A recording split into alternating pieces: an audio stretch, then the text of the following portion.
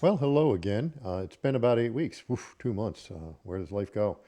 But I figure as long as I'm covering uh, my journey through, I guess, tools for living, and just kind of discussing that and kind of getting my life together in a way that works for me. I got to remember to live it. But I do apologize for the gap. But a lot of good things have been happening, which I can certainly discuss on another time. I did want to not waste your valuable time and cover what I'm going to cover today. I am using a different mic. I'm using an Electro Voice 320. I think it should sound a little more clear, but it does pick up some noise. Like I can probably get my chair to go. Yeah, and I'm not in an acoustically kind of room, so there's a lot of room noise. That's something I'm just really learning. Uh, but I did want to mention that because if there's any feedback you have on the sound, which will be a continuing journey, please go ahead and post it. Openly is fine, and we'll see if we can't make it a better experience for us all. Have been using the GPD WinMax too. The new has worn off it, which is a good thing, and I have really been making the concerted effort to using it as my daily driver. I have not set up a full docking station for it yet. I just wanted to get used to using it, and especially the smaller interface. I'm using it for more as a general purpose and productivity machine uh, than a gaming machine. I don't know if you even have any games installed.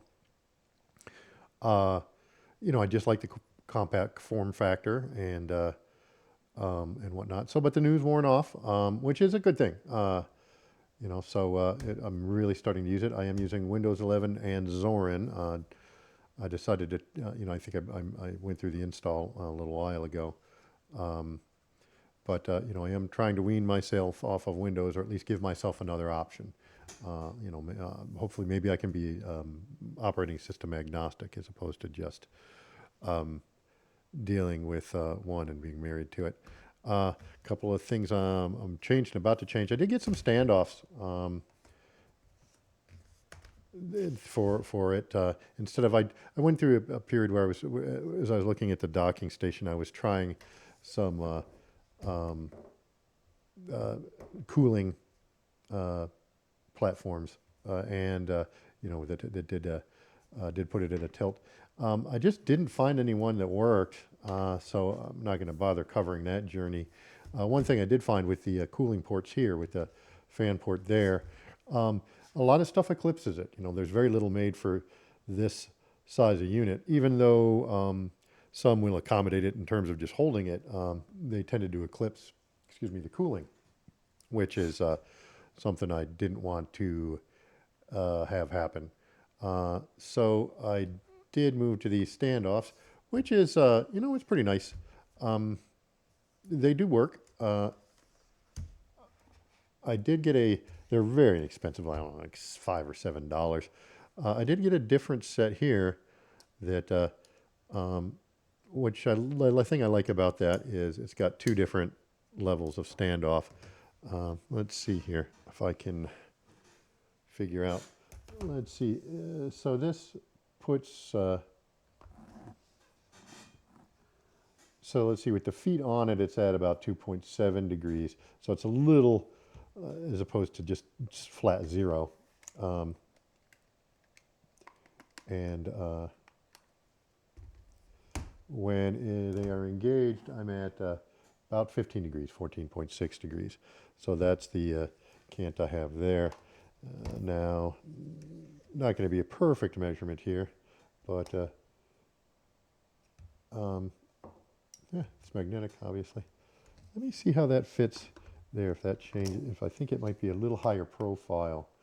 Um, so let's take a feel for it that way. Let's go ahead and line these up. Um,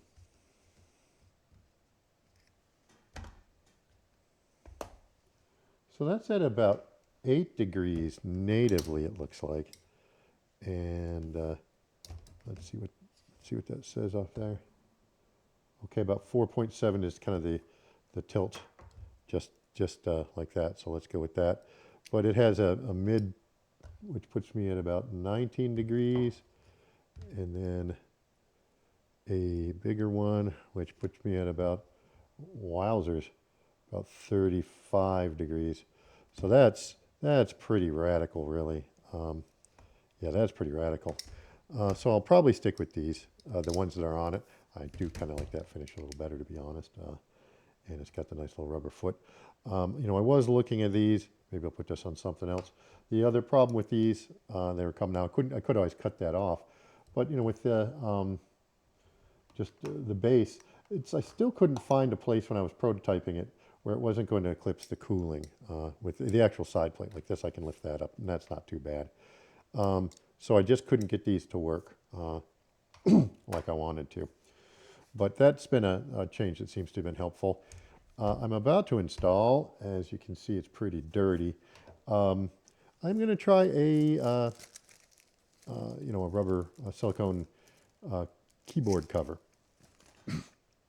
Again, I think that was about $12, maybe $7, $12. As you can see, there's a lot of dirt on it, dander. Some of it's my dander, I'm sure. I can't blame it all on the dogs. But I am going to just speaking of tools for living. I will not victimize you with the whole process, at least with the sound. But I do find this to be a really valuable tool. You know, you can, there's a number of different brands. You know, you see these all over the place that can run either as a vacuum or as a blower. I'm going to go ahead and do that, but I am going to mute the sound because that's just rude. I will run, I'm going to run it on a high level, and I'm not going to have you listen to that whole thing.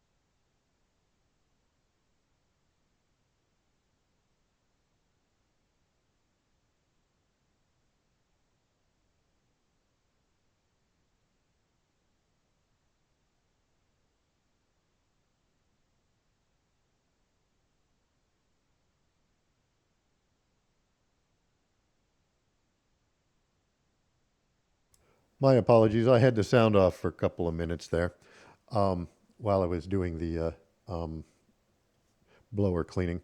Saw some schmutz on the keyboard. I'm just wiping that down to get that all off. You know, did wipe the screen. Though I find with the Lysol wipes, you know, that come in the canister or 7th generation or any of these, they're not great glass cleaners. They leave film and they're just not made for glass. So I'll go back over that. Again, I have the screen protector on, so I'll go back over that with a true glass cleaner. But there was, all kinds of dirt and probably my own dander and definitely dog dander and all kinds of things. Make it clean before I put the keyboard portion on. Now it is a little damp right there, but it dries quickly. But I am going to use the blower again just to blow dry that, but I will not victimize you with that sound.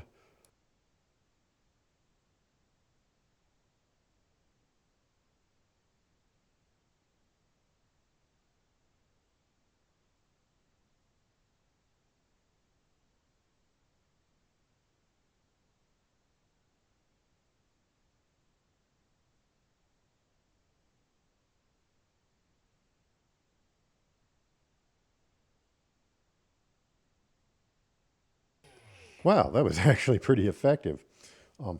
Excuse me. So let's take a look at this. Talking about tools for living, did I leave my knife in the other room? I'm still, one thing as I get more organized and present, I am still learning to work my kit. One thing is there's a lot going on, and I am not in my normal bedroom, so things are just kind of crazy right now. one of those where I'm not at that point where I can, end of day, put away my things and find them again because of the environment. And, I think I could have some more personal discipline with that, which is something I'd like to work on. Just like Raiders of the Lost Ark, we have top men working on it. Which men? Top men. So what I have is it's just a silicone keyboard cover. As I wean myself from the Panasonic Toughbooks, which is what I used especially when I was more active in outdoor, marine and outdoor environments, and I actually got the super rubberized keyboard that you can get natively rubberized for the Toughbooks, and it was funny because the key effort was so high it was almost a security through inconvenience. Nobody wanted to use my laptop, but this just drops on and is I think just a static fit, feels like silicone. So we'll see. I'm noticing as I press at least the interior buttons, it tends to make a depression, and I don't think it'll even show. It'll tend to lift from the rest of it. Now that may settle down as I use the keyboard. But it is nice. Maybe I'll just use it in certain challenging environments. We will see how that goes. These plugs do not seem to like to stay put. Again, as I use mine as a general productivity, general purpose machine, it's really kind of set up for gaming, and I think it's a little bit of jack of all trades, master of none, or neither fish nor fowl. Which can have some advantages. The expression is actually jack of all trades, master of none, oftentimes better than a master of one. But then, there's the neither fish nor fowl cliche too. So we'll see which one this is. Yeah, we'll see how this. I'm not super confident in this keyboard cover, but we will see how that goes. But it's is using this as a productivity thing. As I wean myself off of the Toughbooks, as I was mentioning, I do. This isn't a perfect machine. It's definitely a gaming machine. Like, I don't need these triggers. I did have to send it back. They actually sent me a brand new return unit when one of these triggers failed. They stick out a little bit here. These things I think actually help keep it from dragging accidentally off things and catching there. I just got trigger buttons on the bottom. It's one of those, it'd be neat to make an interface for that to work for other things, but, I just don't think I need it. But it's still, right now, it's the best option. And I was talking with a friend of mine. You probably have guessed I talk a lot and tend to overthink things. And I looked at this and, agonized over the decision, and at some point, you got to live it. And it's like, I don't know if this will work or not. And there's only so much that the data, will tell you all the spec sheets and stuff. And sometimes it's just living it with it. And I guess that's the impetus for this, what I'm doing here too, is